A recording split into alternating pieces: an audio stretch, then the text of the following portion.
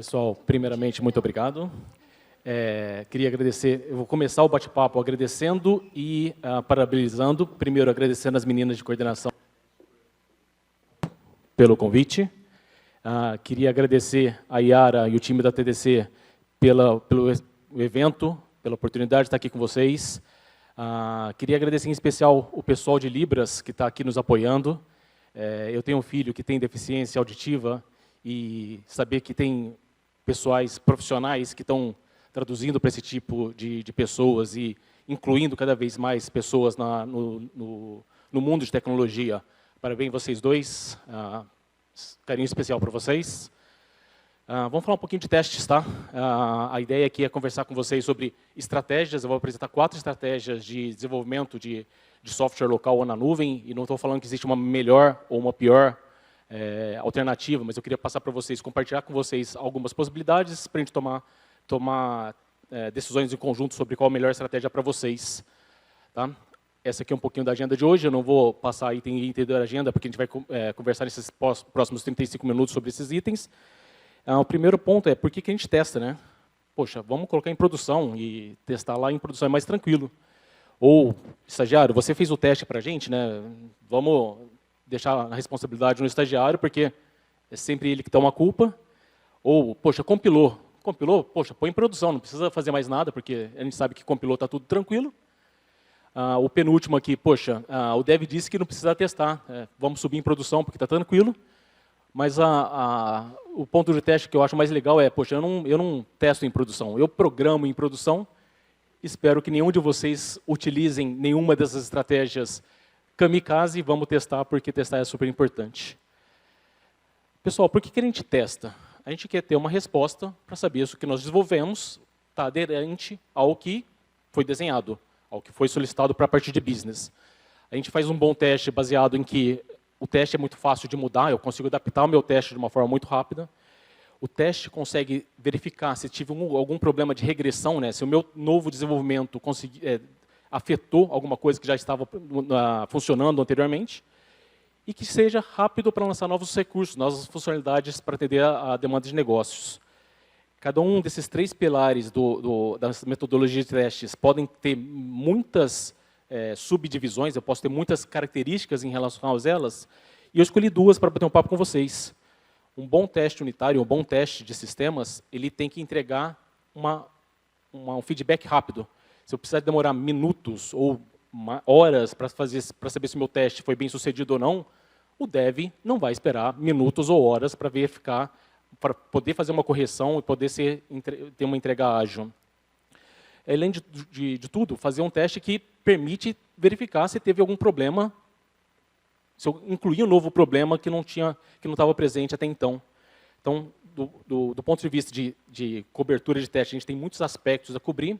Eu trouxe esses 2 aqui para bater um papo com vocês hoje, pensando em serverless, né, arquitetura sem servidores dentro da AWS, e basicamente para fazer uma discussão de vocês sobre, poxa, vale a pena fazer isso, teste no meu notebook local ou já testar diretamente na nuvem. Testes automatizados. Possivelmente o pessoal que está aqui comigo na trilha de testes, de novo, meninas, obrigado. Pessoal que está me acompanhando na trilha, obrigado. Possivelmente muitos de vocês já perceberam que o mundo está trabalhando com microserviços.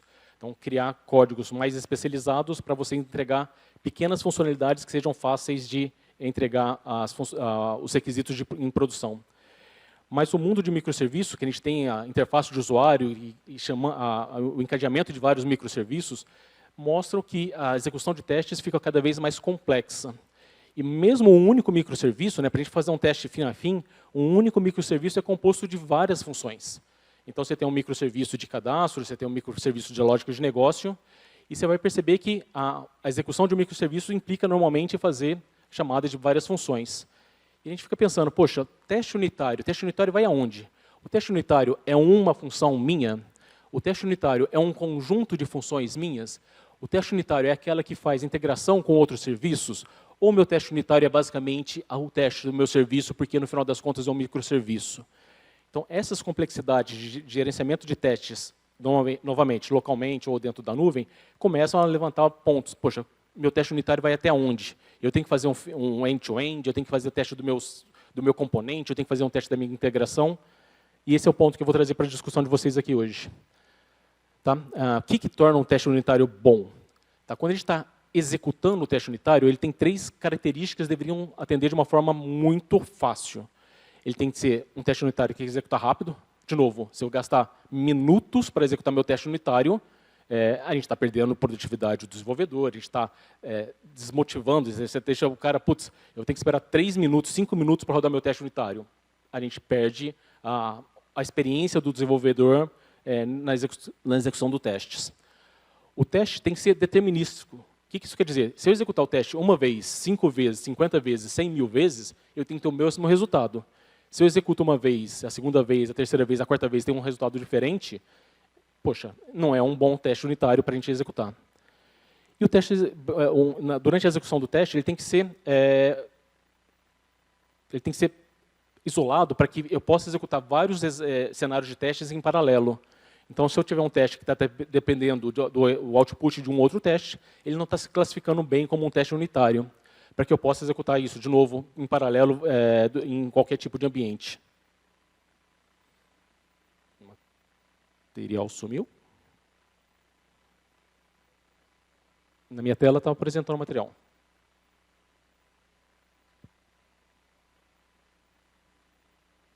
Pessoal da organização, vocês podem verificar a projeção, por favor?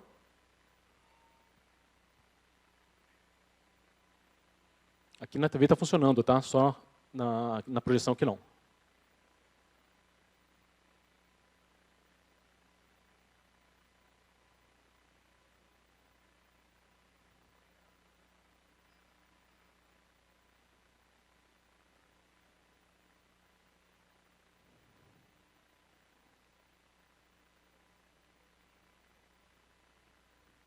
Aqui está tudo ok, tá?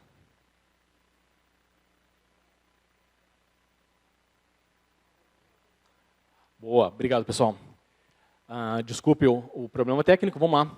Então, o teste durante a execução tem que ser rápido, determinista e isolado.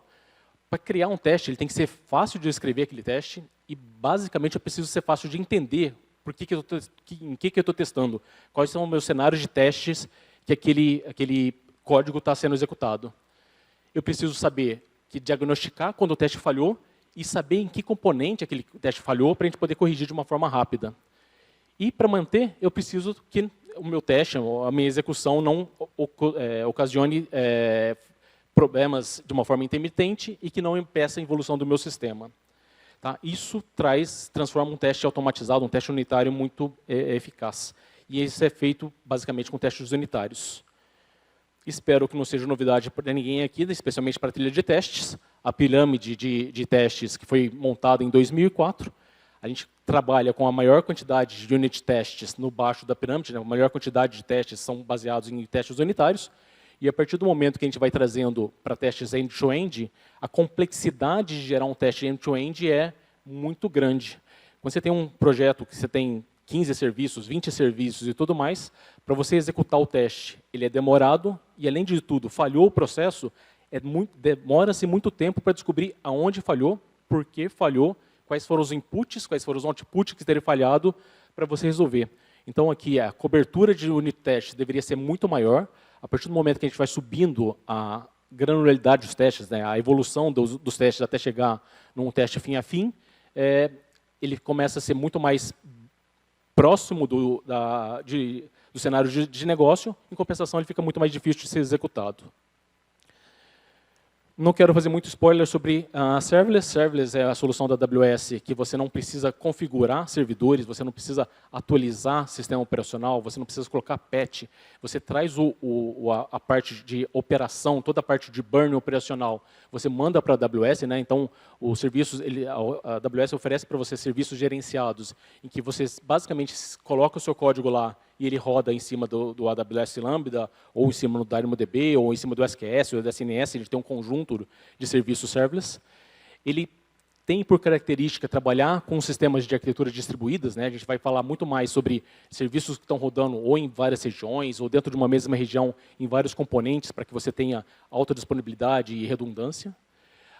Ele tem um time to market interessante, porque, de novo, você só precisa pensar na lógica de negócio do seu código. Você não precisa pensar em onde você vai fazer o deploy, uma configuração de um servidor, atualização do servidor, atualização de um banco de dados. Então, o time to market, para quem trabalha com serverless, é muito mais rápido. A gente tem empresas lançando projetos em semanas, ao invés de meses, utilizando o serverless.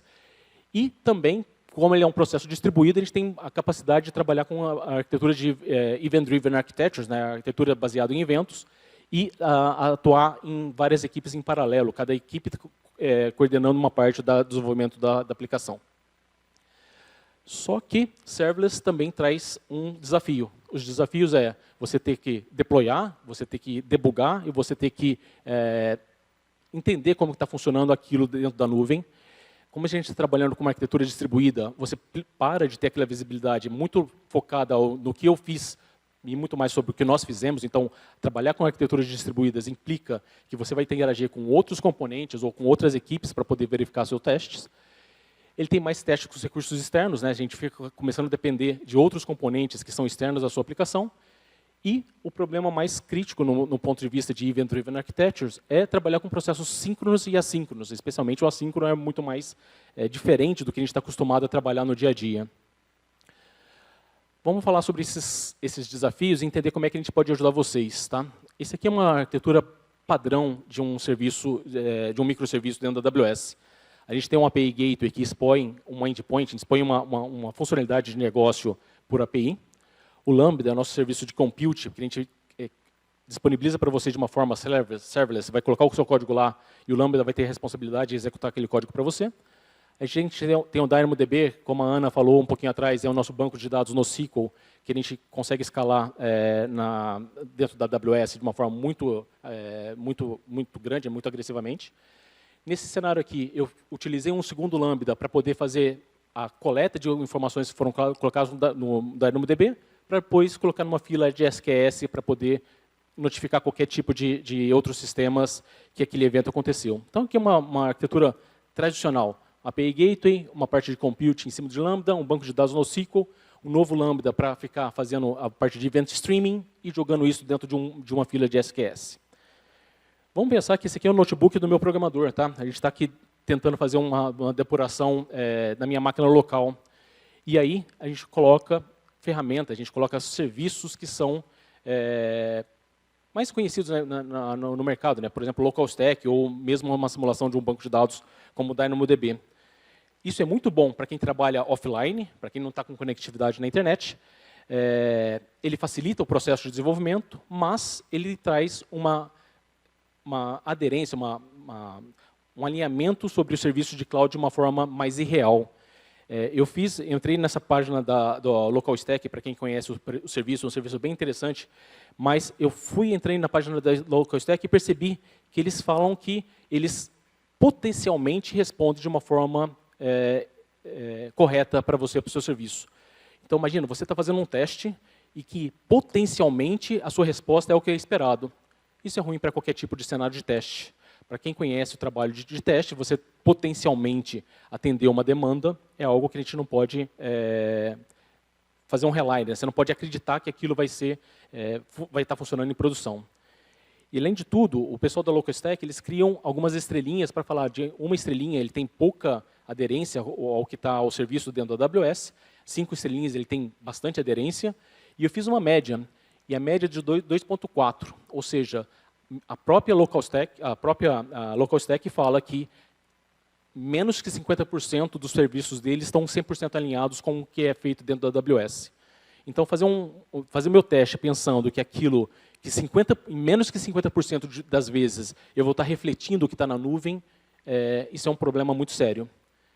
E aí isso traz uma segunda estratégia, né? Eu continuo na minha máquina do meu desenvolvedor, eu continuo com o mesmo fluxo, mas ao invés de utilizar alguns serviços dentro da minha máquina do desenvolvedor, reparem que alguns ícones aqui têm um símbolozinho de nuvem. Então, ao invés de usar um banco de dados DynamoDB localmente, eu estou usando um banco de dados DB na nuvem, ou DynamoDB na nuvem. Ao invés de usar um SQS localmente, eu estou usando um SQS da nuvem. E daqui a pouquinho eu vou falar para vocês sobre custos. Vocês vão perceber que o custo de utilizar um Dynamo ou um SQS não é tão ofensor assim. Mas aqui eu troquei uma estratégia de simular 100% do processo dentro da minha máquina local, e eu estou fazendo só o API Gateway, o AWS localmente, mando a informação para o DynamoDB que está na nuvem, faço um pooling disso do DynamoDB localmente e jogo no SQS na nuvem. Tá? Então, eu fiz um híbrido, não é tudo dentro da minha máquina local, e agora eu estou trazendo alguma coisa para dentro da nuvem da AWS. Qual que é o ponto disso aqui? Mesmo assim, a gente vai ter que fazer um tratamento de permissões. A parte de trabalhar com eventos assíncronos ou de pooling não é uma experiência tão boa. Então, esse cenário melhora um pouquinho daquele desenvolvimento localmente, porque a gente vai estar usando serviços dentro da AWS, serviços produtivos, mas, mesmo assim, ainda tem alguns desafios. Terceiro approach é utilizar, por exemplo, uma solução chamada Serverless Stack. O Serverless Stack, se vocês vão repararem, por mais que eu esteja na máquina de desenvolvimento local, eu estou rodando o API Gateway, o DynamoDB, o SQS na nuvem, e eu criei um proxy de um Lambda para rodar o meu Lambda localmente. Então, o que acontece? Eu faço uma chamada no API Gateway, o API Gateway vai bater num proxy, esse proxy vai desviar o código para a execução que está na minha máquina local, eu executo minha lógica local, e depois todo o fluxo vai de volta para a nuvem. Eu tenho, nesse cenário, testes muito mais confiáveis, porque quase todo o meu processo é feito dentro da nuvem. Mas eu tenho uma necessidade de configuração do meu ambiente. Eu estou rodando o teste localmente, eu tenho que fazer uma configuração do meu ambiente para falar, olha, bata na minha máquina local. Eu estou executando meus testes integrados na nuvem, eu tenho que fazer configurações. Então, o trade-off disso aqui é que eu tenho que fazer uma implantação de uma infraestrutura de testes localmente ou na nuvem de uma forma diferente. É uma boa abordagem, mas ainda tem um trade-off que tem que ser validado. A quarta maneira de fazer testes locais na nuvem, né, que é o propósito dessa palestra, é executar sem emulação.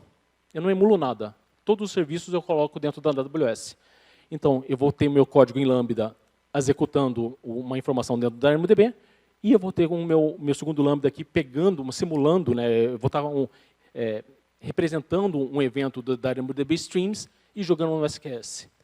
Nesse modo aqui, eu não emulo nada, mas qual que é o trade-off disso? Isso aqui também não é o modo perfeito. Por mais que eu faça meus testes, que eu teste meu Lambda e tudo mais, vocês concordam comigo, né? Eu não preciso testar o API Gateway, o produto API Gateway, eu preciso testar minha API. Eu não preciso testar o produto Lambda, eu preciso testar o código que eu escrevi lá dentro. Então, nesse momento aqui, eu tiro os testes de componentes que estão bem definidos pelo Cloud Provider para testar basicamente minha lógica de negócio. O trade-off disso aqui é, mesmo assim, eu não estou testando minhas permissões e não estou fazendo um teste fim a fim da minha solução. Tá? São esses 4 approaches que eu queria passar para vocês. Não existe o certo ou errado. Nós, da AWS, achamos que esse último approach aqui vai te deixar mais livre para poder fazer testes, basicamente, da sua lógica de negócio. E eu vou fazer um desafio aqui para vocês. Vou colocar um cenário, e aqui é um cenário de falar assim, poxa, no momento que a gente está saindo de uma solução que é muito mais monolita, uma solução muito mais focada em servidor para uma solução serverless, o desafio é, por mais que você tenha as mesmas respostas de uma solução tradicional, uma solução serverless, dentro de serverless você tem muito mais dependências externas. E essas dependências externas que eu queria discutir com vocês. Tá? Então, eu vou colocar uma provocação para vocês, para um cenário de negócio em que o cliente premium, que tem 10% de $10 de desconto, R$10 de desconto, se ele comprar acima de R$50 naquela compra. Né? A gente está falando de um sistema de comércio, um sistema de varejo, eu tenho um cenário aqui. Se o cliente que é premium comprar mais de R$50, ele ganha R$10 de descontos. Quantos cenários de teste vocês acham que vou ter nesse cenário aqui? Algum chute? 3? Perfeito? A gente tem 3 cenários. Ou o cliente não é premium, ou o cliente é premium e não comprou mais que 50, ou o cliente é premium e comprou mais que 50. 3 cenários de testes. Agora, imagine o seguinte, eu fiz um código para testar esses 3 cenários de testes aqui. Toda vez que eu vou fazer um desses 3 cenários, eu vou ter que pegar essa informação e gravar no banco de dados da DynamoDB. Ou seja, o meu teste vai ter que 3 vezes gravar a informação no DynamoDB, independente, para o DynamoDB, para o banco de dados em si, tanto faz se ele é premium ou se ele não é premium. Eu simplesmente tenho que gravar a informação. O cliente X pagou tantos reais. Para o banco de dados em si, não faz diferença nenhuma se ele é premium ou se ele não é. Então, o que eu proponho? Para a gente quebrar esse modelo em 2. Eu faço um teste da informação gravando no DynamoDB, e a informação é simplesmente cliente X pagou tanto, e eu faço um teste, eu faço um act e um assert naquele cara, e depois eu testo a minha lógica de negócio. Ou seja, eu desacoplei a minha lógica de negócio da parte de persistência. E se vocês separarem, agora eu tenho 3 testes unitários, basicamente da minha lógica de negócio. Eu consigo testar isso localmente, eu consigo testar isso sem acesso ao banco de dados, sem acesso à internet, eu consigo simular esses testes aqui localmente ou não. E depois, posteriormente, eu vou fazer um teste de banco de dados, é lógico, para saber se o meu teste de banco de dados está funcionando certinho, toda a parte de persistência. Se a gente parar para pensar aqui, poxa, eu tenho agora 3 testes isolados que eu posso fazer da minha lógica de negócio, mas tenho mais um desafio.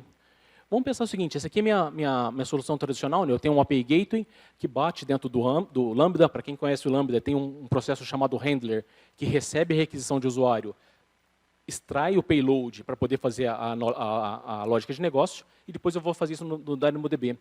Mas vamos pensar que durante a evolução do meu sistema, eu tenho que fazer um split, eu tenho que fazer o Lambda fazer um tipo de ação, e um segundo Lambda fazer uma outra ação. Ou ao contrário, eu tenho esses 2 Lambdas, eu quero consolidar para um. Ou, de repente, como a Ana falou no comecinho, eu quero usar um GraphQL, eu quero usar um AppSync. Eu tenho que trocar o serviço que gera o evento para dentro do Lambda. Então, eu tenho possibilidade de mudar isso aqui, mas o meu código, eu estou fazendo um teste, batendo primeiro na API do Lambda, que estava esperando uma interface do API Gateway. Então, ainda estou acoplado o meu teste no serviço Lambda que está chamando o Lambda para aquele cenário. E a proposta aqui é a gente criar um novo cenário de teste. Eu testo a maneira que o meu Lambda recebe os meus parâmetros. Eu pego esse processo, testo isso e falo, olha, eu estou esperando tais parâmetros, esses parâmetros são mandatórios, eu preciso que esses dados venham, senão eu vou falhar aquela requisição. Faço esse teste, beleza. Eu não testei minha lógica de negócio, eu simplesmente testei se os parâmetros mandatórios estão sendo enviados. E agora eu tenho meu teste de lógica de negócio muito focado na lógica de negócio. Independente se eu estou recebendo isso de um API Gateway, se eu estou recebendo isso de um AppSync, se eu estou recebendo isso de algum outro serviço que está solicitando aquela informação. E, by the way, se eu implementar isso aqui, eu posso pegar essa lógica de negócio e transformar ele de um Lambda para um container. Então, além de ter dividido o processo de recebimento da minha requisição, a parte de acesso de repositório, eu posso colocar em qualquer repositório, eu posso colocar essa informação dentro de um S3, eu posso colocar essa informação dentro de um banco de dados relacional, mas a minha lógica de negócio ela está independente da minha infraestrutura que estou utilizando. Eu posso colocar isso aqui dentro de um container, eu posso colocar dentro de um Kubernetes. E aí agora eu tenho essa sequência eu tenho um handler que vai mapear como os serviços chegam até a minha lógica de negócio. Eu tenho a minha lógica de negócio testando apenas minha lógica de negócio e eu tenho minhas integrações externas. Para quem conhece esse modelo aqui, até eu coloquei algumas coisinhas para ficar bem mais intuitivo, a gente está falando de uma arquitetura hexagonal. Para quem conhece a arquitetura hexagonal ou arquitetura de port adapter, até o autor dela não gosta mais que chama arquitetura hexagonal, eles preferem port adapter, é você criar um conceito que a sua classe de domínio de negócio, sua classe de lógica funcional, esteja contando apenas a sua lógica funcional. E você vai criar portas, que são os pontos de conexão, e os adaptadores que vão te ligar com o seu meio externo, né, seus meios de redes, ou seu meio de persistência. Se vocês repararem nas cores que eu utilizei, basicamente a gente está falando que a nossa lógica de negócio é o nosso domínio de negócio, nossas classes de domínio. Os meus adaptadores são essas partes que ligam com os sistemas externos. E depois eu tenho os ports lá dentro, que são os métodos que vão ser chamados durante a execução da minha lógica de negócio. Mas, se vocês separarem, o que nós testamos foram basicamente os 2 lambdas, né? Eu já tenho agora a possibilidade de testar localmente a minha lógica de negócio do primeiro lambda, a lógica de negócio do segundo lambda, mas e o resto? Como é que eu testo fim a fim? Tá? E aqui o desafio para vocês vamos testar fim a fim dentro da AWS, não testar fim a fim dentro de uma máquina local. Por quê? Poxa, a ideia aqui o teste tem que ser um cenário que, teoricamente, vai ser um cenário que vai ter produtivo ou em ambiente de homologação e tudo mais. Então, a ideia é montar cenários fim a fim e que não sejam muitos cenários de fim a fim. Eu não preciso criar 50 testes de fim a fim. A ideia é criar poucos, 1, 2, 3 no máximo, que você faça um teste fim a fim. E esse teste fim a fim tem a capacidade de ter fluxos alternativos. Eu quero testar um fluxo bem-sucedido, um fluxo mal-sucedido. e, de repente, utilizar filas de SQS para cenários bem-sucedidos ou mal-sucedidos, ou fila de um cenário que foi uma compra para um produto X ou um produto Y, a gente utilizar funcionalidade de fila, e vocês não pagam pela quantidade de filas que vocês têm, vocês pagam pela quantidade de mensagens que foram colocadas lá. Então, tanto faz você colocar uma fila de SQS ou 50 filas de SQS, você vai só pagar pelo número de mensagens que vocês colocaram lá. Então, testar muito poucos cenários end-to-end, testar caminhos alternativos. A próxima sugestão é tentar equilibrar muito mais a extensão de um cenário end-to-end do que criar novos cenários de end-to-end, que é muito semelhante à primeira sugestão. E o último ponto aqui é executar os cenários de end-to-end se tudo estiver ok. Não faz sentido eu fazer testes end-to-end de cenários que estão falhando no meio do caminho. Se começou a falhar, para o cenário, corrige para poder testar fim a fim. Por que eu falei que dentro da AWS é muito mais prático testar nas nuvens? Todos os serviços que eu coloquei aqui para vocês têm um nível gratuito. Então, você tem 1 milhão de requisições de Lambda por mês, para cada cliente, para todo sempre. Cara, executar 1 milhão de requisição por mês é muita coisa. Para que eu vou executar uma coisa localmente se eu tenho 1 milhão para cada desenvolvedor testar? Eu tenho dentro isso do Lambda, tem o mesmo cenário de 1 milhão para o API Gateway, eu tenho o mesmo cenário de 1 milhão para o SQS, e eu tenho 25 GB de dados, mais 25 requisições por segundo dentro do DynamoDB. Se eu tenho tudo isso com uma fidelidade de cloud para executar de uma forma gratuita, por que eu vou fazer testes localmente? Não faz muito sentido eu ter um ambiente local para testar.